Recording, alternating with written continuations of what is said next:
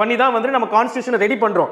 ஆனா அதுல 75% எங்க இருந்து வந்திருக்குன்னு பாத்தீங்கன்னா 1935ஆம் ஆண்டு நீங்க என்கேஜ்டா இருக்கீங்களோ அவ்வளோக்கு அவ்வளோ நான் இந்த சீரீஸை கண்டினியூஸா உங்களுக்கு கொண்டு போயிட்டே வருவேன். ஸோ மோர் யூ என்கேஜ், உங்களுக்கு எவ்வளோ மீறிய சட்டங்களை செல்லாது என்று அறிவிக்க முடியும். இது வந்து என்னன்னு சொல்லுவோம்னு பாத்தீங்கன்னா ஜுடிஷியல் சுப்ரீமசி. முக்கியமானது 9B. இதெல்லாம் வந்து அடிக்கடி எக்ஸாம்ல கேட்கக்கூடிய பாயிண்ட்ஸ். ப்ரீவியஸ் இயர் கொஸ்டின் என்னதான் வந்து அரசியல் அமைப்பின் முக்கிய கூறுகள், that is the salient features of Indian constitution அப்படின்ற டாபிக்ல 50 பாயிண்ட்ஸுக்கு மேல நம்ம வந்து இன்னைக்கு பார்க்க போறோம். So stay tuned. இன்னைக்கான வீடியோ வந்துட்டு உங்களுக்கு எக்ஸாம்ல மினிமம் 1 கொஸ்டின் உங்களுக்கு அட்டென்ட் பண்றதுக்கு இந்த 30 to 45 மினிட்ஸ் உங்களுக்கு ரொம்ப யூஸ்ஃபுல்லா இருக்க போகுது. ஸோ வெல்கம் பேக் டு தினமும் TNPSC by Ustadiyan academy. So எல்லாருமே என்ன பண்ணுங்க, நோட்ஸ் எடுங்க. இந்த வீடியோஸ் பார்த்து நோட்ஸ் எடுத்து டெய்லி வந்துட்டு உங்களோட கமெண்ட் செக்ஷனில் நீங்கள் என்ன திங்க் பண்ணுறீங்க, எப்படி இருந்துச்சு கிளாஸஸ், இது எல்லாமே நீங்கள் கண்டிப்பாக ஷேர் பண்ணிகிட்டே வரணும். லைக் பண்ணுங்கள், ஷேர் பண்ணுங்கள். எவ்வளோக்கு எவ்வளோ நீங்கள் என்கேஜாக இருக்கீங்களோ அவ்வளோக்கு அவ்வளோ நான் இந்த சீரீஸை கண்டினியூஸாக உங்களுக்கு கொண்டு போயிட்டே வருவேன். ஸோ மோர் யூ என்கேஜ், உங்களுக்கு எவ்வளோக்கு எவ்வளோ இந்த சீரீஸ் பிடிச்சிருக்கு, எவ்வளோக்கு எவ்வளோ நீங்கள் ஷேர் பண்ணுறீங்க, அதை பொறுத்து தான் இந்த சீரீஸை நான் வந்து கொண்டு போவேன். ஸோ எல்லாரும் இப்போ உங்களோட நோட்ஸ் எடுத்துக்கோங்க. வாங்க நம்ம இப்போ வந்துட்டு சாலியன்ட் ஃபீச்சர்ஸ் அப்படின்ற டாபிக் உள்ள போவோம். ஸோ சாலியன்ட் ஃபீச்சர்ஸ், அரசியல் அமைப்பின் முக்கிய கூறுகள். ஸோ எடுத்தோன்னா அரசியல் அமைப்பு எதுக்காக உருவாக்கப்பட்டது அப்படின்றத ஃபர்ஸ்ட் எடுத்தோன்னு நம்ம பார்த்தோம். இரண்டாவது அரசியல் அமைப்போட முகவுரை, அதாவது முகப்புரையோ இல்லை முகவுரையோ இல்லை பிரியாம்பிள். ஸோ இதை பற்றி நம்ம பார்த்துருந்தோம்.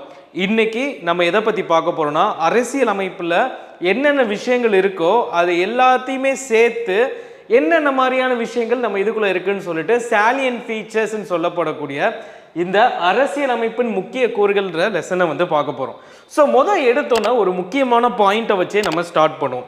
இந்த அரசியல் அமைப்பு அப்படின்றது வந்துட்டு நம்ம யாரால வந்து கொண்டு வரப்பட்டது? ஒரு கமிட்டி, அதாவது கான்ஸ்டியூஷனல்ல இருந்துட்டு நம்ம என்ன பண்ணாங்க, கான்ஸ்டியூஷன் அசம்பிளில இருந்து இருக்கக்கூடிய மெம்பர்ஸ்லாம் என்ன பண்றாங்க, ஒரு டிராஃப்டிங் கமிட்டின்னு சொல்லப்படுற ஒரு கமிட்டியை வந்து உருவாக்குறாங்க. அந்த உருவாக்கப்பட்ட அந்த கமிட்டியோட ஹெட் தான் யாரு, நம்மளோட அம்பேத்கர் அவர்கள். ஸோ அவர் என்ன பண்றாருன்னா உலகில் இருக்கக்கூடிய அனைத்து அரசியல் அமைப்புகளையும் என்ன பண்றாருன்னா கொஞ்சம் கொஞ்சமா பார்க்குறாரு. ஸோ ஓகே, ஜெர்மனியில் இந்த இதை வந்து நம்ம எடுத்துக்கலாம், அமெரிக்காவிலேருந்து இந்த விஷயத்தை எடுத்துக்கலாம் அப்படின்னு சொல்லிட்டு ஒவ்வொரு விஷயமா எடுத்து தான் நம்ம இதில் என்ன பண்ணுறாங்க, நம்ம அரசியல் அமைப்பை ரெடி பண்ணுறாங்க. அதில் ரொம்ப அதிகமாக எங்கேருந்து எடுக்கிறாங்கன்னா நம்ம வந்துட்டு இதுக்கு முன்னாடி பார்த்த மாதிரி கவர்மெண்ட் ஆஃப் இந்தியா ஆக்ட் 1935 இருந்து தான் அதிகமான விஷயங்களை என்ன பண்றாங்கன்னா உள் செலுத்துறாங்க. ஸோ இது வந்து உங்களுக்கு தெரிஞ்சிருக்கணும். ஸோ அதனால தான் என்ன சொல்றாங்கன்னு பார்த்தீங்கன்னா அம்பேத்கர் அவர்கள் இந்திய அரசியல் அமைப்பை வந்துட்டு பேக் ஆஃப் பாரோயிங்ஸ், அதாவது கடன் பை அப்படின்னு வந்து சொல்றாரு. ஸோ இது ரொம்ப ரொம்ப ஒரு முக்கியமான ஸ்டேட்மெண்ட்டை வச்சு இன்னைக்கு ஆரம்பிச்சிருக்கோம். ஸோ இப்போ 1 by 1 வந்து நம்ம என்ன பண்ணுவோம், இந்த பாயிண்ட்ஸை வச்சு நம்ம அப்படியே இந்த டோட்டல் லெசனையுமே வந்து கவர் பண்ணலாம். ஸோ ஃபர்ஸ்ட் எடுத்தோம் நான் இங்கிலீஷில் வாசிக்கிறேன்.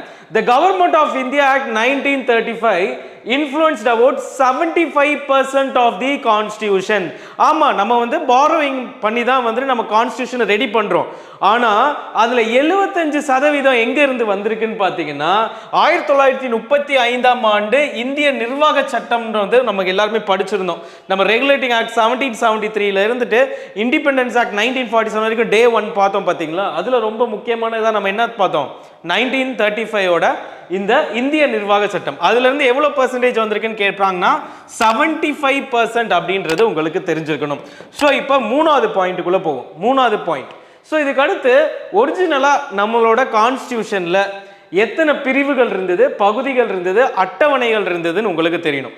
ஸோ பிரிவுகள்னா என்ன, பகுதிகள்னா என்ன, அட்டவணைகள்னா என்னன்னு உங்களுக்கு ஒரு பேசிக் நாலேஜ் இருக்கும். கண்டிப்பா நீங்க 10th ஸ்டாண்டர்ட் புக்கு படிச்சிருந்தீங்கனாலே உங்களால இதை வந்து கண்டிப்பா புரிஞ்சுக்க முடியும்.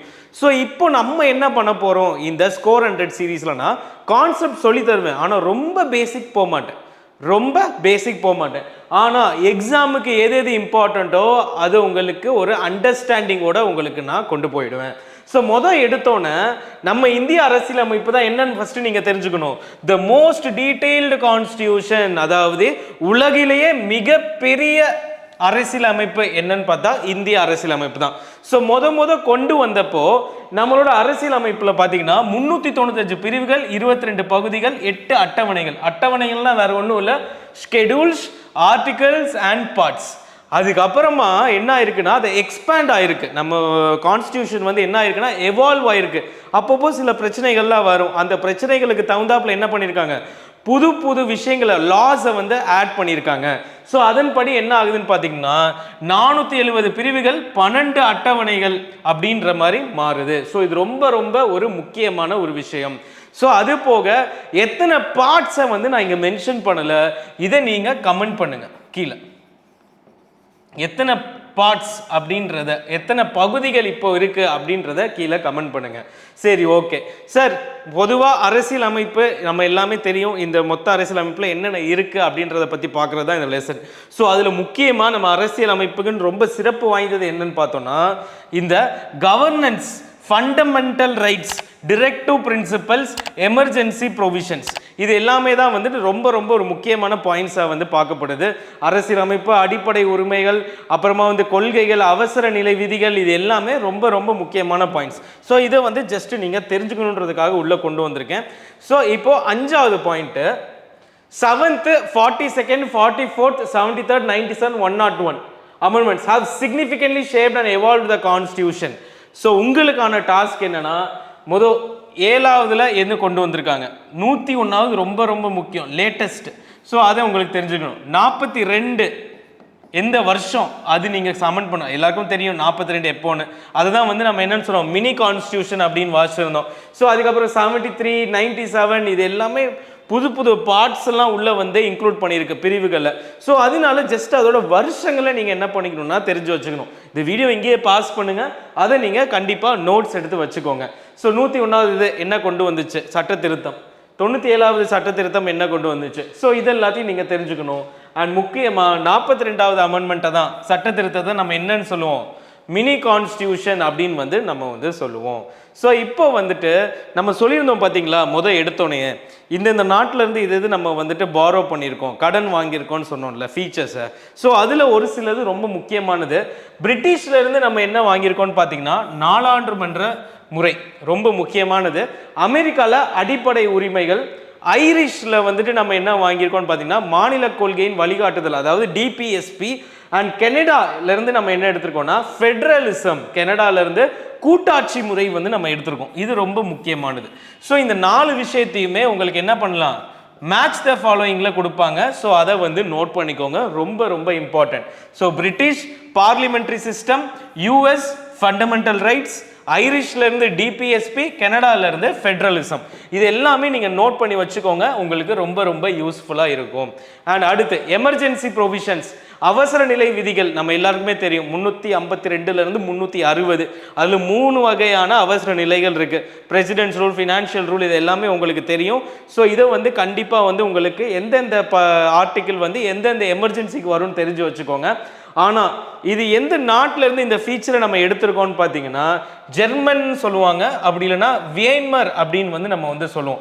ஸோ இதுலேருந்து தான் நம்ம என்ன பண்ணியிருக்கோம்னு பார்த்தீங்கன்னா இந்த அவசர நிலை விதிகளை வந்துட்டு நம்ம என்ன பண்ணியிருக்கோம், நம்ம வந்து பாரோ பண்ணியிருக்கோம். இதை மட்டும் இந்த பாயிண்ட்ல நீங்கள் நோட் பண்ணிக்கோங்க. அடுத்து உச்ச நீதிமன்றம், அதாவது the concept of supreme court and judicial review. இந்த ரெண்டுமே என்ன பண்ணியிருக்காங்க, is taken from US constitution.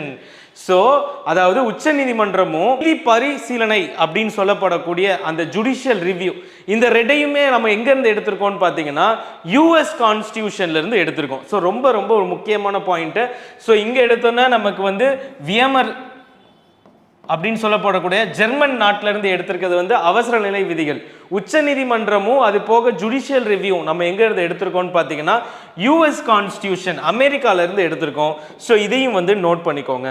அடுத்த ரொம்ப முக்கியமான பாயிண்ட்டு சிட்டிசன்ஷிப், ஒற்றை குடியுரிமை. அதாவது நம்ம நாட்டை பொறுத்த வரைக்கும் சிங்கிள் சிட்டிசன்ஷிப் மட்டும்தான் இருக்குன்றது எல்லாருக்கும் தெரியும், டியூவல் சிட்டிசன்ஷிப் கிடையாது.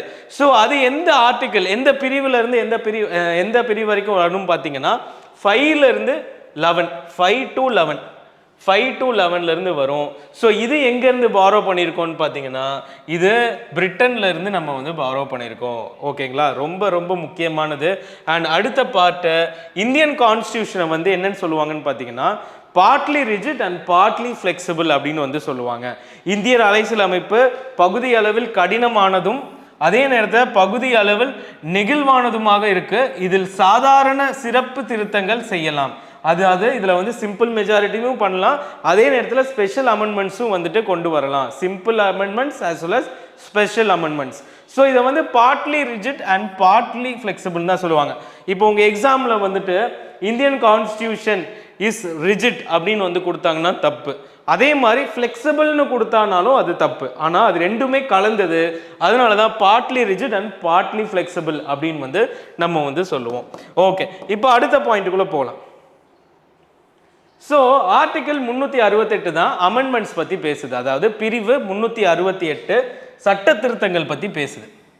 ஓகேங்களா, ஸோ இந்த சட்ட திருத்தங்களில் 3 வகை இருக்கு. Simple, majority, special majority and special majority with state. ரொம்ப ரொம்ப முக்கியமானது. அதாவது சிம்பிள்ன்றது எளிய, அது போக சிறப்பு, அது போக வந்து மாநிலம் வந்து எல்லாம் ஒப்புதல் கொடுக்கணும், அது எப்படி சிறப்பு பெரும்பான்மையோட கொடுக்கணும். ஸோ அதுதான் வந்து 3வது வகை. ஸோ இது வந்து எந்த ஆர்டிக்கிள் வருது அப்படின்னு பார்த்தீங்கன்னா 368. ஸோ நீங்கள் என்ன பண்ணணும்னா இப்போ நம்ம கிட்டத்தட்ட 11 பாயிண்ட் பார்த்தாச்சு. இப்போ நீங்கள் என்ன பண்ணணும், டக்குன்னு வீடியோவை பாஸ் பண்ணுங்கள். வீடியோவை பாஸ் பண்ணிவிட்டு உங்களுக்கு எதுவும் டவுட்ஸ் இருக்குது, இல்லை நான் இது வரைக்கும் என்ன கேள்விகள் கேட்டிருக்கேனோ ஜஸ்ட் அப்படியே கீழே வந்து கமெண்ட்டில் மெசேஜ் பண்ணி அது நீங்கள் என்ன பண்ணிக்கோங்க, ரிவைஸ் பண்ணிக்கோங்க. அண்ட் உங்கள் நோட்ஸ் நீங்கள் ஒரு வேளை எழுதி வச்சுருக்கீங்களா, நோட்ஸ் எடுத்து டக்குன்னு ஒரு 2 மினிட்ஸ் ஒரு 1 மினிட் வச்சுக்கோங்களேன், ஏன்னா 10 பாயிண்ட் தான் இருக்குது. உடனே அது எல்லாத்தையும் ரிவைஸ் பண்ணுங்கள். அதுக்கப்புறமா இப்போ வீடியோவை கண்டினியூ பண்ணுங்கள். Okay, point number 12 Kesavananda Bharati case நம்ம ஆல்ரெடி பார்த்துருந்தோம். 1973. அதுதான் என்ன பண்ணுது, அரசியலமைப்பின் அடிப்படை கட்டமைப்பை பற்றி பேசுது. அதாவது பேசிக் ஸ்ட்ரக்சர் அப்படின்ற டாக்டரின் பற்றி அது வந்து பேசுது. ரொம்ப ரொம்ப முக்கியமான பாயிண்ட் 12 1973. ஸோ அப்போ பெருபாரி கேஸ் நம்ம பார்த்தோமே, அது எந்த இயர் அப்படின்னு சொல்லி கீழே பெருபாரி கேஸ் அப்படின்னு போட்டு அதோட இயரை போடுங்க. ஓகே, அதுக்கு அடுத்த பாயிண்ட் போவோம். 13வது பாயிண்ட் certain provisions like 352. அதாவது இப்போ இந்த இடத்துல வந்துட்டு நீங்கள் முக்கியமாக தெரிஞ்சுக்க வேண்டியது என்னன்னா, ரொம்ப ரொம்ப முக்கியமானது ஆர்டிகிள் 352, அதாவது நேஷனல் எமர்ஜென்சி, அதாவது அவசர நிலை, அதாவது முக்கியமான ஒரு அவசர நிலை. ஸோ இதில் வந்து நீங்கள் தெரிஞ்சுக்க வேண்டியது என்னன்னா, it can be amended without state approval making the constitution flexible. So அப்போ வந்துட்டு இந்த ஆர்டிகல் 352 இருக்குது பார்த்தீங்களா. ஸோ இந்த 352க்கு என்ன தேவையில்லை, ஒரு ஸ்டேட்டோட அப்ரூவல் தேவையில்லை. ஸோ இது ரொம்ப முக்கியமான பாயிண்ட்டு. ஸோ இதை வந்து நோட் பண்ணிக்கோங்க. நெக்ஸ்ட் பார்க்கலாம். இந்தியா பாதி கூட்டாட்சியாக செயல்படுகிறது. மத்திய மாநில அதிகாரங்கள் பிரிக்கப்பட்டாலும் மத்திய அரசு பலம் வாய்ந்தது. அதாவது என்ன சொல்றாங்கன்னா, India is a quasi federal system அப்படின்னு வந்து சொல்றாங்க. ஃபர்ஸ்ட் இது ரொம்ப முக்கியமானது, குவாசி ஃபெடரல் அப்படின்ற இந்த வார்த்தை. இதில் வந்து என்ன பண்ணுறாங்கன்னா, அந்த பவர்ஸை வந்து இந்தியாவை 2 தான் பிரிக்கிறாங்க. ஒன்று வந்து சென்ட்ருக்கு, இன்னொன்று வந்து எல்லா ஸ்டேட்ஸுக்கும். ஸோ அது ரெண்டுலேயுமே எது ரொம்ப பவர்ஃபுல் அப்படின்னு பார்த்தோம்னா சென்ட்ரல், அதாவது யூனியனுக்கு மட்டும்தான் ரொம்ப பவர் கொடுத்துருக்காங்க அப்படின்ற ஒரு சின்ன பேசிக் நாலேஜ் உங்களுக்கு இருக்கணும். ஸோ இது வந்து பாயிண்ட் நம்பர் 14. இந்த பேசிக் நாலேஜ்லாம் எதுக்காக உள்ள செலுத்தினேன் அப்படின்னா, இந்த சில விஷயங்கள் உங்களுக்கு பேசிக் நாலேஜ் இருந்தால் தான் சில ஃபேக்ட்ஸ் டேட்டா வந்துட்டு உங்களுக்கு எக்ஸாமுக்கு ரொம்ப ரொம்ப யூஸ்ஃபுல்லாக இருக்கும். ஸோ இப்போ நம்ம 15வது பாயிண்ட்டுக்குள்ளே போகலாம். ஸோ இப்போ நம்ம பவரை பற்றி பேசியிருந்தோம். பவர் வந்து எப்படி சென்ட்ரல் ஸ்டேட் அப்படின்னு சொல்லி பிரிக்கப்படுது, அதாவது மத்திய மற்றும் மாநிலமாக பிரிக்கப்படுது. ஸோ இப்போ இந்த மத்திய மாநிலம் அப்படின்னு சொல்லப்படக்கூடிய இந்த 2 பிரிவுகளில் எவ்வளோ அதிகாரங்கள் இருக்குது, எவ்வளோ பவர் இருக்குது அப்படின்றது இப்போ நம்ம தெரிஞ்சுக்கணும். ஸோ அதுதான் அடுத்த point. So the union list as 97 subjects, அதாவது ஒன்றிய பட்டியலில் 97 பொருட்கள் வந்து இருக்குது, அதாவது 97 சப்ஜெக்ட்ஸ் வந்து இருக்குது. அதே மாதிரி ஸ்டேட்ல 66 இருக்கு. கன்கரண்ட்னா என்னன்னு பார்த்தோம்னா 2 பேருக்குமே சேர்த்து, அதாவது ஸ்டேட்டுக்கும் பிளஸ் சென்டர் 2க்குமே வந்து இதுல அதிகாரம் இருக்கு. ஆனா நம்ம இதுக்கு முன்னாடி பாயிண்ட்ல படிச்சோம் பாத்தீங்களா, எதுக்கு வந்து பவர் அதிகம்னு. ஸோ இப்போ இந்த விஷயத்தில் இப்போ ஃபார் எக்ஸாம்பிள் இதில் ஒரு விஷயம் இருக்குது, ஒரு பவர் இருக்குது. அந்த பவரில் 2 பேருமே முடிவு எடுக்கிறாங்க. ஆனால் யாரோட முடிவு வந்து ரொம்ப பவர்ஃபுல்லானது அப்படின்னு கேட்டாங்கன்னா சென்டரோடது. ஸோ அதுதான் வந்து தமிழ்லையும் நம்ம போட்டிருக்கோம். ஸோ அதையும் வந்து நீங்கள் தெரிஞ்சுக்கோங்க. ஓகேங்களா, ஃபைன். மாநில பட்டியல் 66. ஓகேங்களா, ஒருங்கிணைந்த பட்டியலில் வந்துட்டு 47 இருக்கு. ஸோ இந்த இடத்த நான் லைன் பண்ணிக்கிறேன், நோட் பண்ணிக்கோங்க. 66 வந்துட்டு மாநில பட்டியல், 47 வந்து ஒருங்கிணைந்த பட்டியல். ஓகேங்களா, ஸோ ரொம்ப ரொம்ப முக்கியமான பாயிண்ட்ஸ். இப்போ நம்ம அடுத்த பாயிண்ட்டுக்குள்ள போகலாம். சரி, இப்போ அடுத்த பாயிண்ட்ல பாருங்க. இப்போ பிரசிடென்ட்ஸ் ரூல் அப்படின்றதுலாம் நம்ம வந்து பிரசிடென்ட் படிக்கும் போது நம்ம வந்து பார்க்கலாம். ஸோ இப்போ நம்ம பார்த்துருந்தோம், ஃபர்ஸ்ட் எடுத்தோம் பவரை 2ஆக பிரிக்கிறாங்க. அதில் எவ்வளோ பவர்ஸ் வந்து 2 பேருக்கு இருக்குன்றதை பார்த்துருந்தோம். இப்போ அதே இது ஒரு பிரசிடென்ட் ரூல் அப்படின்னு வருது அப்படின்னா, அதாவது அரசியல் அவசர நிலை, அதாவது பிரசிடென்ட்ஸ் ரூல் வரும்போது என்ன ஆகும்னு பார்த்தீங்கன்னா, இந்த மத்திய அரசு வந்து மொத்தமாக மாநில அரசோட பவர் என்ன பண்ணுது, அதோட கண்ட்ரோல்குள்ளே எடுத்துக்குது. ஸோ அதுவும் பார்த்தீங்கன்னா டெம்பரவரியாக தான் எடுத்துக்கும், அந்த இது முடிகிற வரைக்கும். அதாவது பிரசிடென்ட்ஸ் ரூல் முடிகிற வரைக்கும் ஆர்டிகல் 356 படி இந்த விஷயம் வந்து நடக்குது. அடுத்தது inter state council. So inter state கவுன்சில்ன்றது ஒரு முக்கியமான டாபிக்குங்க, அதை நம்ம தனியாக பார்ப்போம். பட் இந்த இன்டர் ஸ்டேட் கவுன்சிலோட ஆர்டிகிளை மட்டும் இங்கே தெரிஞ்சுக்கோங்க. 263 which promotes cooperation and coordination between the center and states. Article 263 inter state councils ரொம்ப ரொம்ப முக்கியமான ஒரு பாயிண்ட். ஓகே, அடுத்த பாயிண்ட்டுக்குள்ள போகலாம். India follows Westminster model where the prime minister is the real executive and president is the nominal head. So Westminster மாடல்ன்றது ஒன்றும் கிடையாது, பிரிட்டிஷ் மாடல் தான் வந்துட்டு வெஸ்ட்மினிஸ்டர் மாடல்னு சொல்லுவோம். ஸோ இதில் யாருக்கு வந்து அதிகாரம் ரொம்ப அதிகமாக இருக்குன்னு பார்த்தீங்கன்னா, பிரைம் மினிஸ்டருக்கு தான் அதிகமான இது இருக்குது. அதாவது பிரதமர் அவர்களுக்கு தான் வந்துட்டு ரொம்ப பவர் இருக்குது. அண்ட் அதே நேரத்தில் நாமினல் ஹெட்டாக யார் இருக்கான்னு கேட்டாங்கன்னா பிரசிடென்ட், அதாவது நம்மளோட அதிபர் வந்து என்னவா இருக்காங்க, ஆளுநர், அதிபர், அவங்க வந்து என்னவா இருக்காங்கன்னா ஒரு நாமினல் ஹெட், அதாவது பேரளவில் வந்துட்டு ஒரு தலைவராக இருக்காங்க அப்படின்றது நீங்கள் தெரிஞ்சுக்கணும். அடுத்து 19வது பாயிண்ட் ரொம்ப ரொம்ப முக்கியமானது. The chief minister and council of ministers are collectively responsible. இப்போ இந்த இடத்துல collectively responsible அப்படின்றது தான் ரொம்ப ரொம்ப முக்கியம்.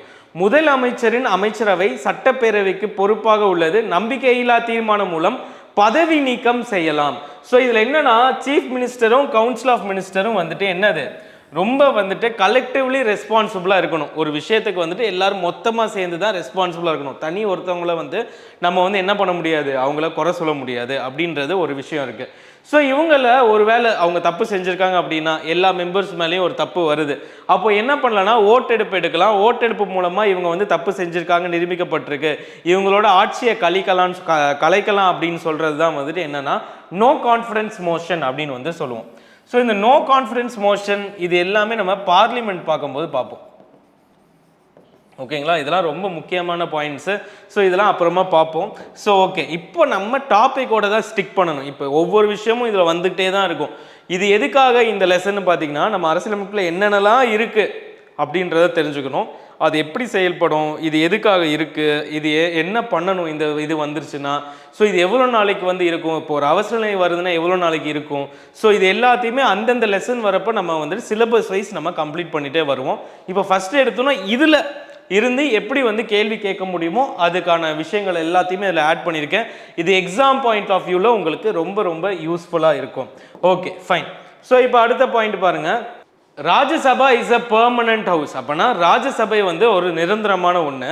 மக்களவை வந்து என்னன்னா ஒவ்வொரு 5 வருஷத்துக்கு என்ன பண்ணுவாங்க, டிசால்வ் பண்ணுவாங்க, அதாவது கலைக்கப்படுகிறது. ஒவ்வொரு 5 ஆண்டும் என்ன ஆகுது, மக்களவை வந்து கலைக்கப்படுகிறது.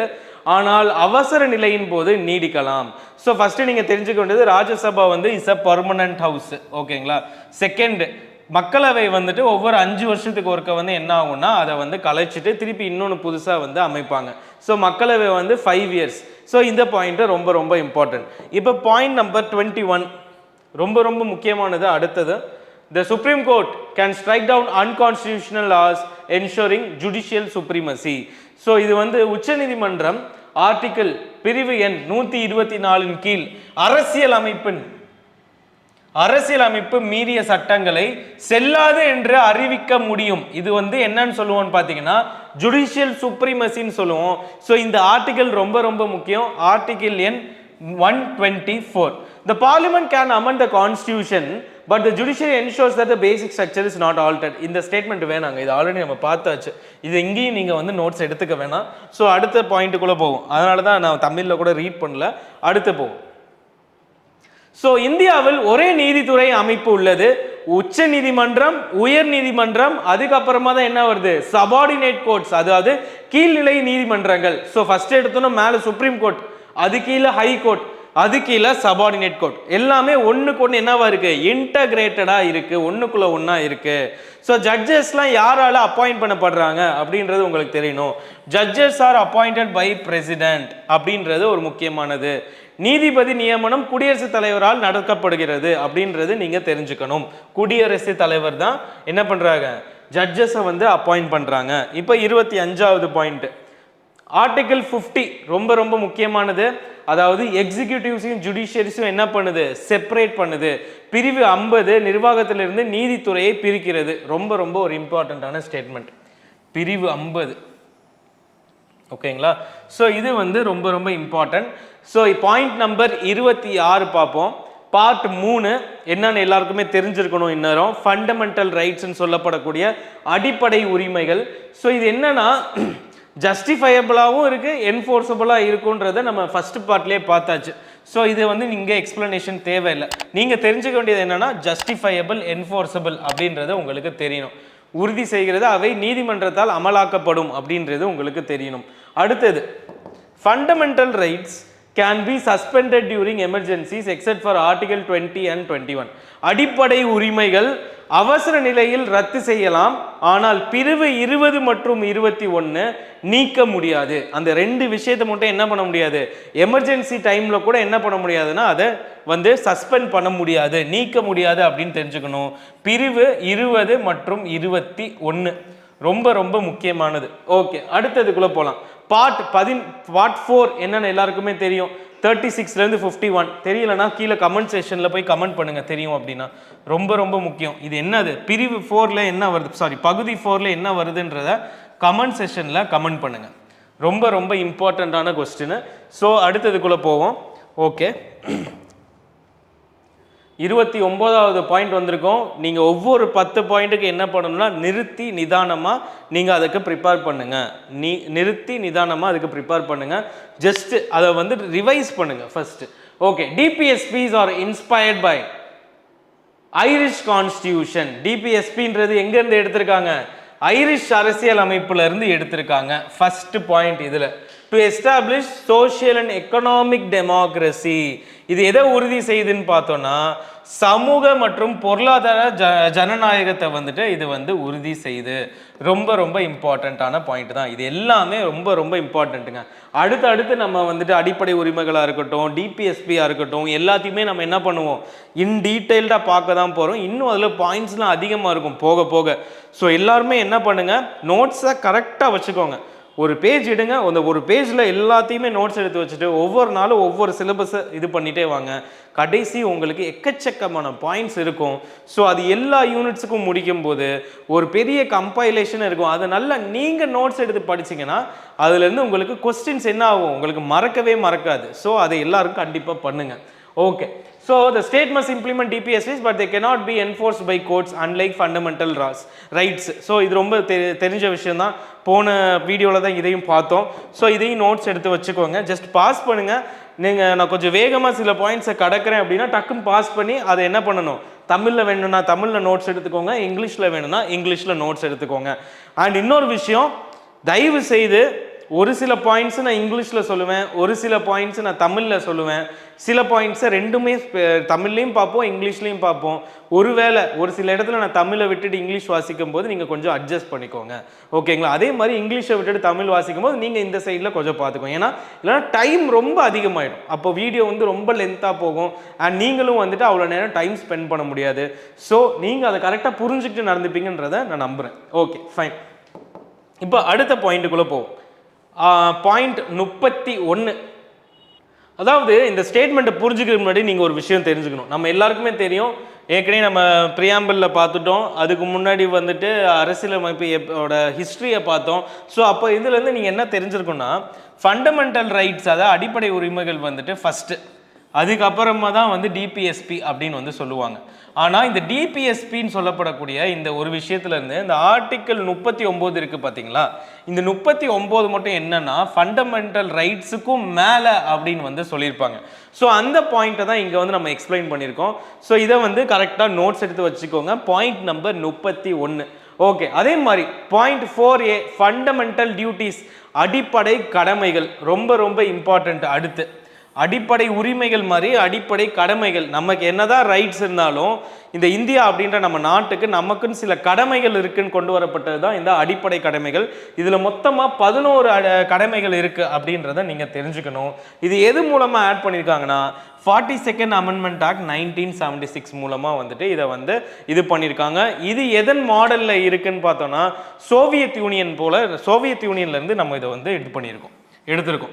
ஸோ இதுவுமே வந்து ஒரு முக்கியமான பாயிண்ட் தான். ஸோ அடுத்த பாயிண்ட்டுக்குள்ளே போகலாம். இப்போது 33 ஃபண்டமெண்டல் ரைட்ஸும் என்னன்னு பார்த்தீங்கன்னா நான் ஜஸ்டிஃபையபிள், அதாவது நீதிமன்றத்தில் அமலாக்க முடியாது. இதை நம்ம சட்டத்தில் இருக்குது, அதனால இதுக்கு வந்து நீங்கள் எனக்கு வந்துட்டு இது கொடுங்க, கரெக்டான ஜட்ஜ்மெண்ட் கொடுங்கன்னு நம்மளால் கேட்க முடியாது. Because it is non justifiable. India follows positive secularism. போன வீடியோவில் பார்த்தோம் பாசிட்டிவ் செக்குலரிசம்னா என்னன்றதை பார்த்துருந்தோம். Ensuring equal treatment of all religion, அதாவது இந்தியாவில் பல ரிலிஜியன்கள் இருக்குது, பல மதங்கள் இருக்குது, எல்லா மதத்தையும் ஒன்றா பார்க்கறது தான் வந்துட்டு பாசிட்டிவ் செக்குலரிசம், அதாவது நேர்மறையான மத சார்பின்மை அப்படின்னு வந்து நம்ம சொல்லுவோம். ரொம்ப ரொம்ப ஒரு முக்கியமான ஒரு பார்ட்டு பாசிட்டிவ் செக்குலரிசம் அப்படின்றது. ஓகே, ஸோ அடுத்தது செக்குலரிசம். நான் ஜஸ்ட் இங்கே ஸ்டாப் பண்ணுறேன்.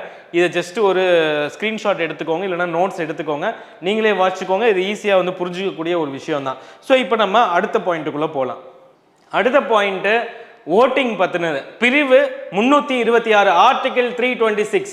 பிரிவு 326 மூலம் 18 வயதுக்கு மேற்பட்ட அனைவரும் வாக்குரிமை வழங்கப்படுகிறது. இது அரசியல் சமத்துவத்தை கொண்டுள்ளது. அதாவது it ensures what means political equality. So article 326 என்ன பண்ணுதுன்னா all citizens above the age of 18 can vote now அப்படின்னு வந்து சொல்லுது. இது எது மூலமாக கொண்டு வராங்கன்னு பார்த்தீங்கன்னா 61வது சட்ட திருத்தம் 1988.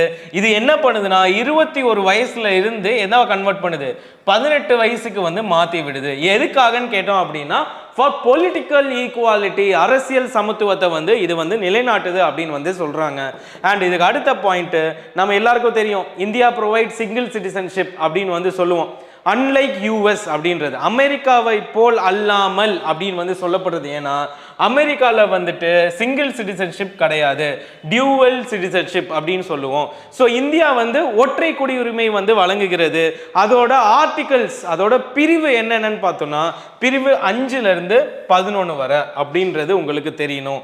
ரொம்ப ரொம்ப முக்கியம். இது எதுக்காகனா டு ப்ரொமோட் நேஷனல் யூனிட்டி அப்படின்றது ரொம்ப முக்கியமான பாயிண்ட்.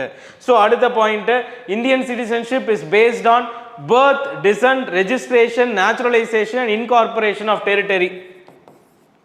அதே மாதிரி இங்கேருந்து இந்த 5 பாயிண்ட் எடுத்துக்கோங்க, ஸ்டாப் பண்ணி நோட்ஸ் எடுத்துக்கோங்க. ரொம்ப ரொம்ப இம்பார்ட்டண்ட்டான ஒன்று.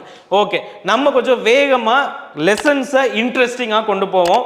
ஜஸ்ட் ரொம்ப மெதுவாக அப்படியே எதுவுமே இல்லாமல் வெறும் கான்செப்ட்ஸ் மட்டும் செட் ஆகாது, ஃபேக்ட்ஸும் வேணும். ஃபேக்ட்ஸை மட்டும் பார்த்துட்டு இருந்தால் கான்செப்டும் வேணும். ஸோ இது ரெண்டையுமே மிக்ஸாக வச்சு மினிமம் உங்களுக்கு ஒரு 50 பாயிண்ட்ஸ் எக்ஸாம் பாயிண்ட் ஆஃப் வியூவாகவும் நான் கொடுத்துருவேன்.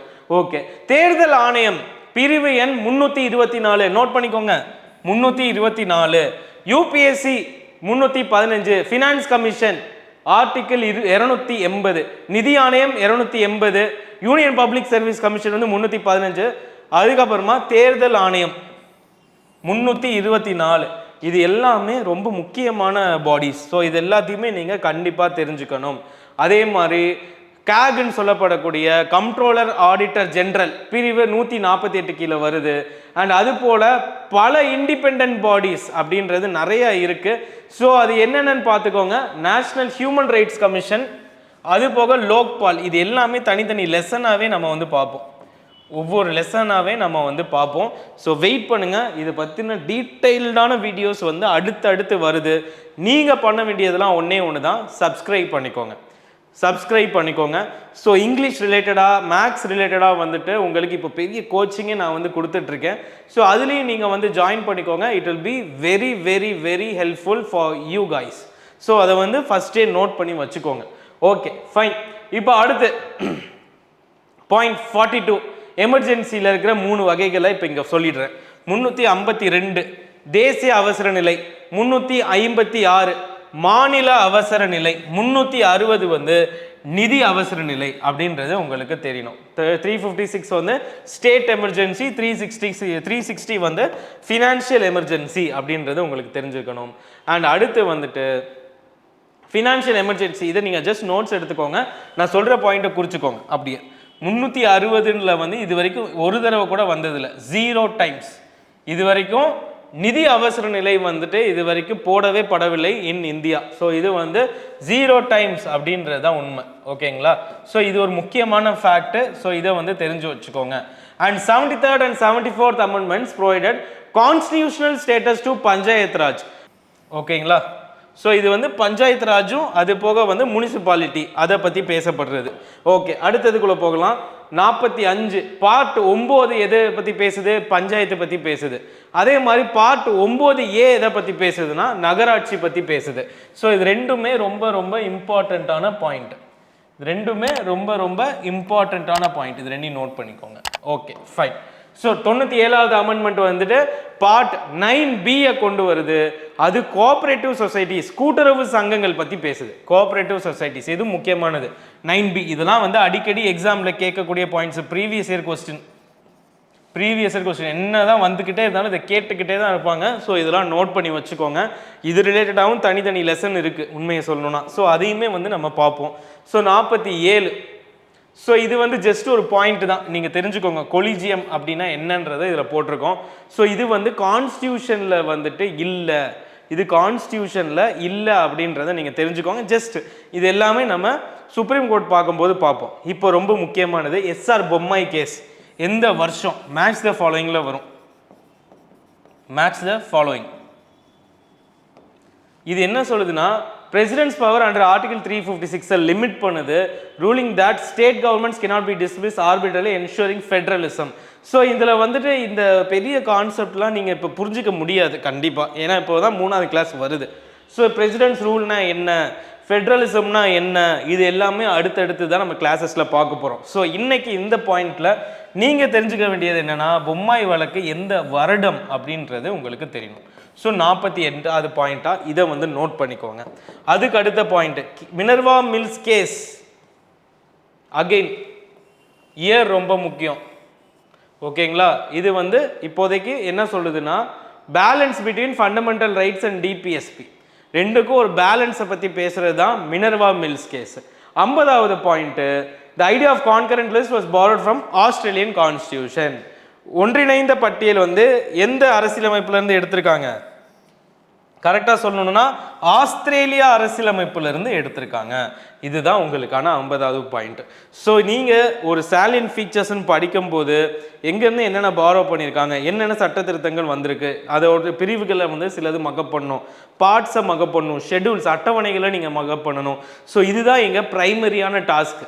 ஓகேங்களா? ஸோ இதில் இருக்கக்கூடியது எல்லாமே ரொம்ப ரொம்ப இம்பார்ட்டண்ட்டாக அடிக்கடி எக்ஸாமில் கேட்கக்கூடிய ப்ரீவியஸ் இயர் கொஸ்டின்ஸும் இருக்கும். அதே நேரத்தில் ரொம்ப முக்கியமான கான்செப்ட்ஸ் இது எல்லாமே அடிக்கடி எக்ஸாமில் ரிஃப்ளெக்ட் ஆகும். டிஎன்பிஎஸ்சி மைண்டில் வந்துட்டு இந்த பாயிண்ட்ஸ் எப்போவுமே இருக்கும், ஒரு கொஸ்டினில் எப்படி சேர்க்கணுன்றது.